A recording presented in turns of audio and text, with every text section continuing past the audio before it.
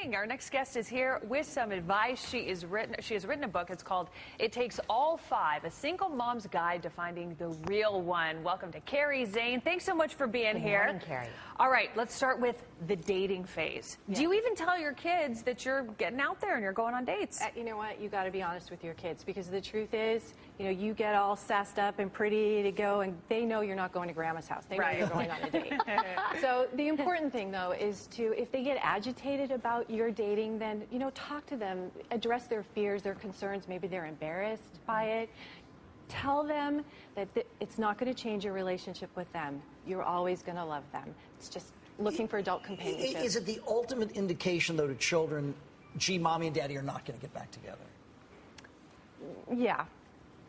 I don't know if that ever leaves their mind, but I do think it does create that separation. And so you do have to make it comfortable for them. And ultimately, children, what's most important to them is your relationship with them. So the big question, I'm sure, for a lot of parents, when do you make that decision to tell your kid, I found somebody, we've started dating? Yeah, and you know what? That is probably one of the biggest conundrums for single parents, because if you tell them too soon and it doesn't work out, not good. Right. If you wait too long and it does work out, not good. So my rule of thumb is about 3 to 6 months. Yeah. And that's the actual introduction part? Yes, sometime within, if you've settled on one person, somewhere between 3 and 6 months, I think, is the time that you invite them into your life. And what kind of atmosphere? I mean, do you go to a park for a picnic? Do you take them to the beach? Do you do it just at home in the living room? What sort of restaurant, dinner?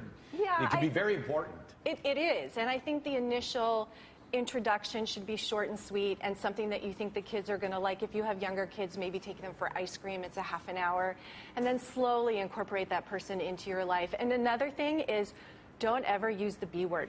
Do not call him your boyfriend. Because because I bet you that word's embarrassing. Embarrassing, scary, red flags. Yeah. Oh my God, how is life going to change for me? Because That it makes is all sense. about them. Right. What role does age play when you are a parent, when you have a child who's 5 years old versus a child who's 35 years old, in terms of introducing them? Because sometimes the 35-year-olds can take it harder than the 5-year-olds, Exactly, right? exactly. That's one of the things, I think I have this umbrella philosophy that the one thing, when somebody comes into your life, the first thing that kids think about is, how is this going to impact me? Right. How is this going to impact my relationship with my mother? So yes, 4, 44, doesn't matter. You have to make them feel secure, that you love them, and nothing is going to change between the two of you. Is there a litmus test in your own mind before I introduce that special someone to my kids?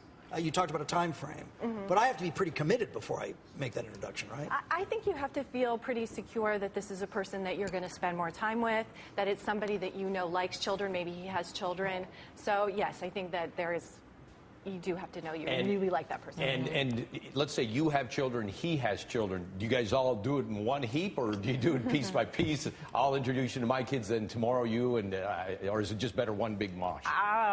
That's too scary. Put them all in a row. I know, you're going to Scare the expert completely. Yeah. Come on, hang on. She hasn't even thought of that No, one. yeah, leave me alone. But in her book, which is really helpful if you're going through this, It Takes All Five, a single mom's guide to finding the real one.